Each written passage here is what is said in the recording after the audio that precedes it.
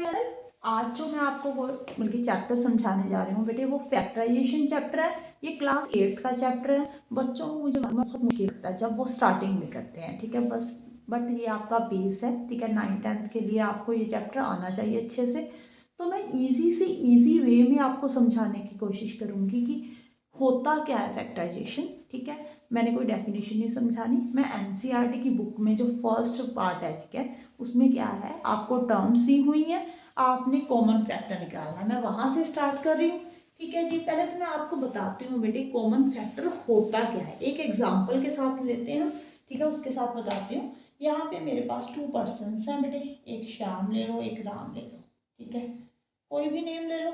इसके पास है 5 बॉल्स बेटे, ओके। यहाँ पे हैं 3 बॉल्स, ठीक है जी। कॉमन, मैंने इन दोनों से कॉमन बॉल्स लेनी है, ठीक है, दोनों से बॉल लेनी है। तो मैं मैक्सिमम कितनी बॉल्स ले सकती हूँ? देखो यहाँ पे इसके पास 5 बॉल्स हैं, इसके पास 3 हैं। अगर मैं दोनों से बोलूँ मुझे 5 बॉल्स दो, तो श्याम तो दे पाएगा, पर राम के पास तो 5 बॉल्स है नहीं, ओके। तो इसके पास तो है नहीं, तो ये तो मैं ले नहीं सकती। अगर मैं 4 बॉल्स मांगू तो 4 इसके पास तो है, इसके पास नहीं है। मैं पहले ही बता रही हूँ कि मैंने दोनों से इक्वल अमाउंट में बॉल्स लेनी है, ठीक है, इक्वल नंबर्स में बॉल्स लेनी है। सॉरी मैंने अमाउंट बोल दिया, ठीक है, इक्वल नंबर में बॉल लेनी है मैंने। अब मैं कितनी मैक्सिमम बॉल्स ले सकती हूँ? तो जितनी लीस्ट है ना, जिसके पास लीस्ट है, ठीक है, मैं उतनी बॉल्स ही दोनों से कॉमन ले सकती हूँ। मैं कितनी बॉल्स ले सकती हूँ बेटे? 3 बॉल्स ले सकती हूँ। जब मैंने 3 बॉल्स ले ली तो इसके पास 2 रह गई, इसके पास कोई भी नहीं रहेगी, यही होगा ना, ठीक है जी। कॉमन फैक्टर क्या है? मैंने दोनों से इक्वल नंबर में मतलब कि बॉल्स लेनी है, ऐसी समझ लो आप। यहाँ पे देखो बेटे x की पावर 2 है, x की पावर 4 है। आप एग्जाम्पल ये बॉल्स वाली चलने दो, ठीक है। यहाँ पे 2 बॉल्स हैं, यहाँ पे 4 बॉल्स हैं। इस एग्जाम्पल के साथ मैंने आपको क्या समझाया है कि जिसके पास मिनिमम नंबर्स ऑफ बॉल्स है ना, उतनी हम कॉमन ले सकते हैं, ओके। तो यहाँ पे x की पावर 2 है, तो यहाँ पे x की पावर 4 है। मैंने दोनों से बॉल्स लेनी है, तो मैं कौन सी पावर कॉमन ले सकती हूँ? जिसकी पावर जो है वो लीस्ट है, वो ही कॉमन होगी। तो कॉमन फैक्टर क्या होगा बच्चों? यहाँ पे x की पावर 2, यहाँ पे y की पावर क्यूब है, यहाँ y रेस टू पावर 3 है, यहाँ पे y की पावर 2 है। तो मैंने क्या बोला कि कॉमन जब आपने निकालना है तो लीस्ट पावर जो होगी वो कॉमन होगी, ठीक है जी। समझ में आ गया? बच्चों को यहीं पे कंफ्यूजन ज्यादा होती है, ठीक है। अब देखो 4 और 12 की जब हम बात करते हैं तो आपने अगर यहाँ पे ये छोटा नंबर है, यहाँ पे बड़ा है 12, पहले आप ये चेक कर लो कि 4 के टेबल में 12 आता है बेटे, 4 3 12, तो बस कॉमन फैक्टर 4 होगा। अगर कभी ऐसी सिचुएशन बन जाए, यहाँ पे अगर ऐसे होता बेटे, यहाँ पे होता 14, यहाँ पे होता, चलो 12 ही रहने दो, ठीक है जी। अब 12 के टेबल में 14 तो नहीं आ रहा, ठीक है। तो आपने ऐसा टेबल देखना है, सबसे मैक्सिमम की बड़ा से बड़ा टेबल देखना है जिसमें ये दोनों आ रहे हैं। देखो देखो 2 7 14, 2 6 12, ठीक है जी। 2 के टेबल में आ रहे हैं। अब 3 के टेबल में देखो, 3 के टेबल में ये आएगा, ये नहीं आएगा, ठीक है जी। 4 के टेबल में देख लो, 4 के टेबल में ये आएगा, ये नहीं आएगा, ठीक है जी। 5 के नो, ये भी नहीं आएगा। आप ऐसे भी कर सकते हो, अगर आपको नहीं समझ में आ रहा तो आप ऐसे कर सकते हो, 2 इंटू 7, 2 इंटू 3 इंटू 2, ऐसे भी कर सकते हो स्टार्टिंग में, ठीक है। तो मैक्सिमम यहाँ पे कॉमन फैक्टर आ जाना था 2x² y²। मुझे लगता है आपको समझ में आया होगा, ठीक है। जो बच्चों को हम जब स्टार्टिंग में, मैं भी क्लास में ऐसे ही करवाती हूँ, फैक्टराइजेशन चैप्टर समझाना तो मैं स्टार्टिंग में कैसे करवाती हूँ वो भी समझा देती हूँ, ठीक है। ये देखो, ये रेस कर देते हैं हम। अब देखो जब हम स्टार्टिंग में करवाते हैं ना, तो हम ऐसे करवाते हैं बच्चों को कि 14x² y³ के आप फैक्टर्स बना लो। 2 7 14, x into x, y into y, ये देखो, ठीक है जी। 3 टाइम्स y लिख दिया, x² मीन्स 2 टाइम्स x लिख दिया। यहाँ पे 12x raise to power 4 y², यहाँ पे 2 into 2 into 3 x into x into 4 times x लिख देना यहाँ पे, और y इंटू वाई, ओके। तो आपने यहाँ पे कॉमन देख लेना, ये देखो कितना कॉमन है ये।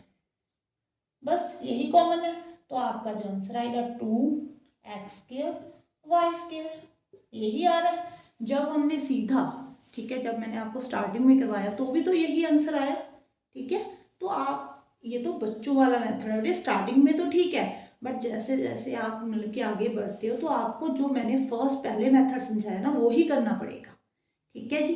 अब देखो मैं एक और एग्जांपल ले लेती हूँ, फिर आपको अच्छे से क्लियर हो जाएगा। ये अरेज कर देते हैं हम। बेटे जब भी आप मेरी वीडियो देखो ना, ठीक है, आज जैसे मैंने ये वाला फर्स्ट पार्ट करवाना है और सेकंड पार्ट करवाना है, तो आप उसके साथ रिलेटेड मैक्सिमम 10 क्वेश्चन तो बल्कि सॉल्व करके ही देखा करो, ठीक है। मैथ प्रैक्टिस के बिना नहीं आता, प्रैक्टिस तो करनी ही पड़ेगी।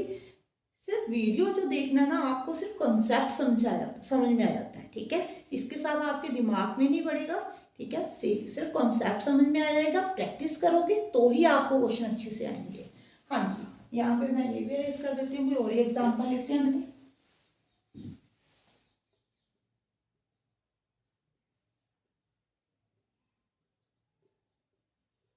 हाँ जी बेटे, कॉमन फैक्टर निकालना है। ओके, अब मैंने आपको क्या समझाया, यहाँ पे x की पावर 4 है, यहाँ पे x की पावर क्यूब है, तो मैंने क्या बोला, जिसके पास लीस्ट पावर है वही आपकी कॉमन होगी। बिना सोचे समझे आपने बस लीस्ट पावर लिख देनी है। ओके, यहाँ पे y⁻⁹ है, यहाँ पे y⁻² है, तो लीस्ट कौन है, y⁻², तो कॉमन फैक्टर क्या होगा, y⁻²। ओके, अब 3 और 9, ओके, अब 3 के टेबल में पहले आप चेक कर लो, 3 के टेबल में 9 आता है, ठीक है जी, कॉमन फैक्टर 3 होगा।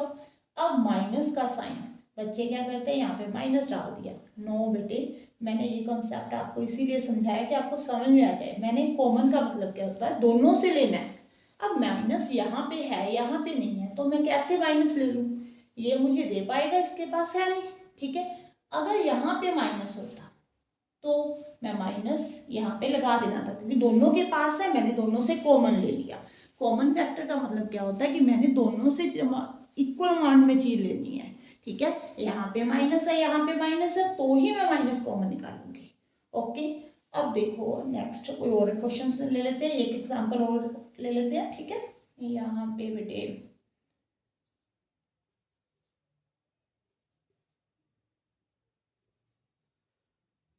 यहाँ पे जेड, हाँ जी, अब 4xy, यहाँ पे चलो x²y³ लिख लो, यहाँ पे z² लिख लो, यहाँ पे क्यूब लिख लो, ठीक है, जो कुछ मर्जी लिख लो यहाँ पे, ठीक है। इन दोनों में कॉमन फैक्टर, अब मैंने क्या बोला है कि जो लीस्ट पावर होगी वो कॉमन होगी, ठीक है।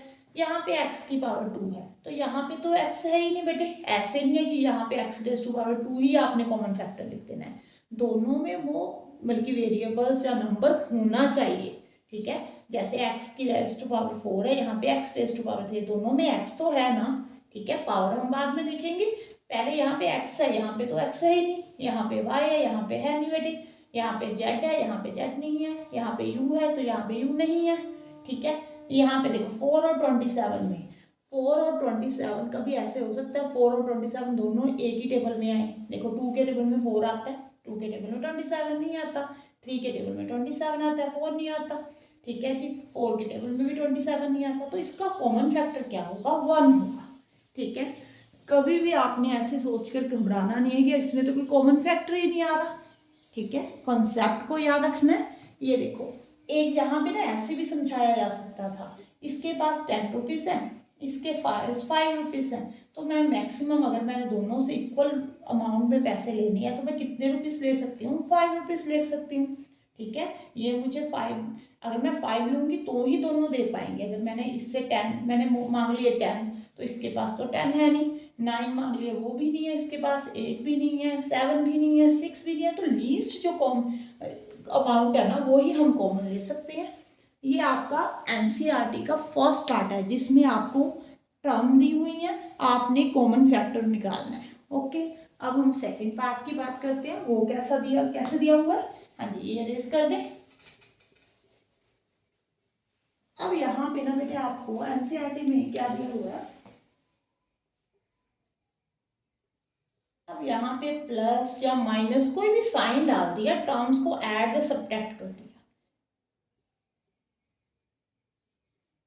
ये देखो, अब यहाँ पे देखो, पहले मैंने कंपैरिजन जरूर कर लेना। पहले जो मैंने क्वेश्चन करवाए हैं वो क्या है, वो वहाँ पे क्या था, ओनली टर्म्स ही हुई थी और कॉमन डाला हुआ था, कॉमन फैक्टर निकालने को बोला हुआ था। यहाँ पे भी आपको फैक्टराइज भी लिखा आ सकता है, यहाँ पे कॉमन फैक्टर भी निकालने को बोल सकते हैं। यहाँ पे वैसे हेडिंग है जो फैक्टराइजेशन है, फैक्टराइज, ठीक है। तो अब आपने इसमें से कॉमन निकालना है। ये देखो बेटे, यहाँ पे x की पावर 2 है, यहाँ पे x की पावर 1 है, तो लीस्ट पावर जो होती है वो कॉमन आती है। चलो जी, यहाँ पे 1 आ गई। अब y की पावर यहाँ पे 1 है, यहाँ पे 3 है, तो y की पावर 1 कॉमन आ गई।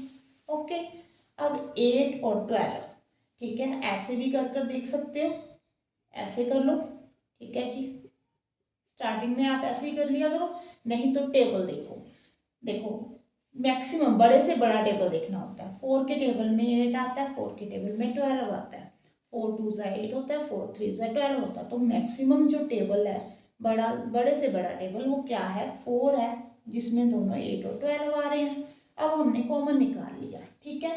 बस यहाँ पे अगर प्लस का साइन है ना, जैसे मैंने इससे 3 बॉल्स ली थी, तो कितनी बच गई थी, ठीक है, बैलेंस कितना, इसके पास कितनी बॉल्स रह गई थी, यहाँ पे 2, यहाँ पे कोई भी नहीं रही थी, 0। अब हमें वो भी लिखना है कि अब हमने इससे कॉमन तो ले लिया, इसके पास पीछे रह क्या गया, ठीक है। अगर प्लस और माइनस का साइन डाला हुआ है ना, देखो, अब मैंने यहाँ पे हम फर्स्ट टर्म की बात करते हैं, मैंने यहाँ से 4 ले लिया, तो 4 2 ज़ा 8, तो 2 बीच में रह गया। अब x की पावर यहाँ पे 2 थी, मैंने एक पावर बाहर ले ली, तो कितना रह गया बेटे, बीच में एक पावर रह गई। अब मैंने y की पावर 1 थी, तो एक पावर बाहर ले ली, तो कुछ भी नहीं रहा मेरे पास, y की तो कोई पावर नहीं रही, तो मैंने y यहाँ पे नहीं लिखा। अब हमने जो भी साइन है, प्लस का प्लस डाल दो, माइनस का माइनस डाल दो। अब यहाँ पे 12 में से मैंने 4 बाहर ले लिया, ठीक है, 4 3 ज़ा 12 होता है, तो 3 यहाँ पे आ गया बेटे। अब x की पावर 1 थी, वो मैंने बाहर ली हुई है, तो x की तो कोई पावर बीच में नहीं रहेगी, ठीक है जी। अब y की पावर यहाँ पे 3 है, तो एक पावर बाहर रह गई, तो 2 अंदर रह गई, ठीक है जी। बस यही आपका आंसर है। ओके, हाँ जी। अगर आपको ये एग्जाम्पल के साथ नहीं समझ में आया तो मैं एक और एग्जाम्पल ले लेती हूँ, ठीक है, वो अच्छे से क्लियर हो जाएगा।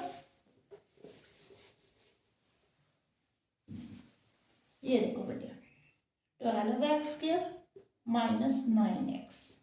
ओके, मैंने थोड़ा सा जो टर्म्स है वो छोटी ली है, ठीक है। अब देखो, 12 और 9, मैक्सिमम कौन सा टेबल है जिसमें 9 और 12 आते हैं, दोनों आते हैं बेटे। 3 4 ज़ा 12, 3 3 ज़ा 9। अगर आपको ऐसे नहीं समझ में आ रहा है तो आप थोड़ा सा फैक्टर्स बना लिया करो, ये देखो ऐसे कर लिया करो, तो अभी तो 3 आ रहा है कॉमन, ठीक है जी। अब यहाँ पे x की पावर 2 है, यहाँ पे x की पावर 1 है, तो मैक्सिमम जो कॉमन है हम क्या निकाल सकते हैं, x रेज़ टू पावर 1। अब हमने बाहर निकाल लिया, कॉमन देख लिया। अब देखो, पहले फर्स्ट टर्म देखो, 3 बाहर निकाला है, तो 3 के टेबल में 12 कहाँ पे आता है, 4 अंदर रहेगा। x की पावर 2 है, एक पावर बाहर निकाली है, तो एक पावर अंदर रहेगी। ओके, अब 3 9 है, यहाँ पे सेकेंड टर्म में देखो, 3 बाहर निकाला, तो 3 3 ज़ा 9 होता है, यहाँ पे 3 रहेगा। x की पावर 1 है, ये बाहर निकालिए, तो इसके पास कुछ भी नहीं रहेगा, ये आपका आंसर है। हाँ जी, मैंने वैसे मैक्सिमम पूरी कोशिश की है आपको समझाने की, ठीक है। आप मुझे कमेंट बॉक्स में बता देना कि आपको मेरा समझाया हुआ समझ में आ रहा है या नहीं आ रहा है, ठीक है। और मुझे क्या इम्प्रूवमेंट करनी चाहिए, क्या मिस्टेक हो रही है, अगर आपको कुछ समझ में नहीं आ रहा, ठीक है, आप कमेंट बॉक्स में ज़रूर बता देना। अगर आपको मेरी वीडियो अच्छी लगे तो प्लीज़ लाइक कर देना। हाँ जी, एक और एग्जाम्पल, अब देखो यहाँ पे मेरे ये रहा, ठीक है जी। अब पहले हमने क्या देखना है, 10 और 15 कौन से टेबल में, सबसे बड़ा टेबल, ठीक है, जिसमें दोनों आ रहे हैं आपके।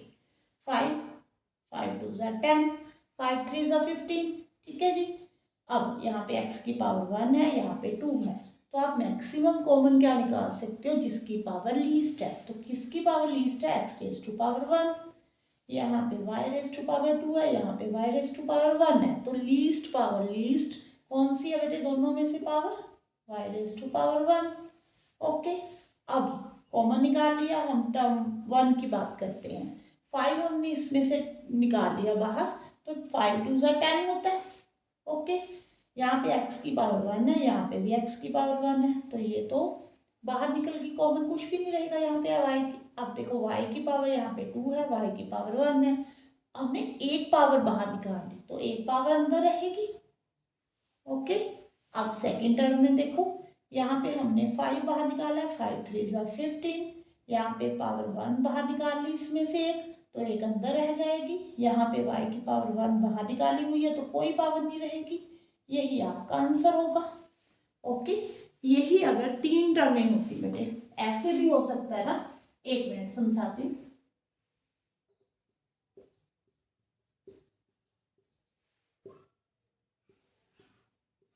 हाँ जी, अगर ऐसे आ जाता फिर भी आपने कंफ्यूज नहीं होना।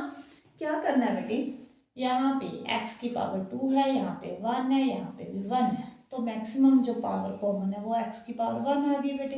यहाँ पे 3 है, यहाँ पे 3 है, यहाँ पे 4 है, तीनों एक ही टेबल में नहीं, पॉसिबल नहीं है ये आ सकते हैं। ठीक है जी, तो y यहाँ पे है, जहाँ पे z है यहाँ पे है ही नहीं। ठीक है, तो बस x की पावर 1 कॉमन निकलेगी। ठीक है, अब देखो यहाँ पे x की पावर हमने 1 बाहर निकाल दी, इसमें से एक पावर 1 बाहर निकाल दी, तो यहाँ पे क्या रह जाएगा -3x, यहाँ पे प्लस का साइन। अगर हमने x यहाँ से बाहर निकाल दिया तो यहाँ पे क्या रह गया y 3y, यहाँ पे 4z। ठीक है जी, अगर आपने यहाँ से माइनस भी कॉमन निकालना था, ठीक है, अगर आप माइनस भी कॉमन निकालना चाहते हो ना, तो आप ऐसे करो, फिर माइनस बाहर लिखकर इसके सबके साइन चेंज कर दो। ये माइनस है, ये प्लस हो जाएगा, ये प्लस है माइनस हो जाएगा, ये माइनस है तो ये प्लस हो जाएगा। यही आपका आंसर होगा, दोनों ही आंसर ठीक है। ठीक है बच्चों, आपने मेरी वीडियो देखने के बाद जो मैंने आपको आज 2 टाइप्स के क्वेश्चन समझाए हैं उनकी प्रैक्टिस करनी है, और उसके बाद आपने मेरी नेक्स्ट वीडियो देखनी है। हम नेक्स्ट जो क्वेश्चन है नेक्स्ट वीडियो में डिस्कस करेंगे। थैंक यू फॉर वॉचिंग, और मेरी वीडियो को लाइक कर देना और चैनल को सब्सक्राइब कर देना। Thank you.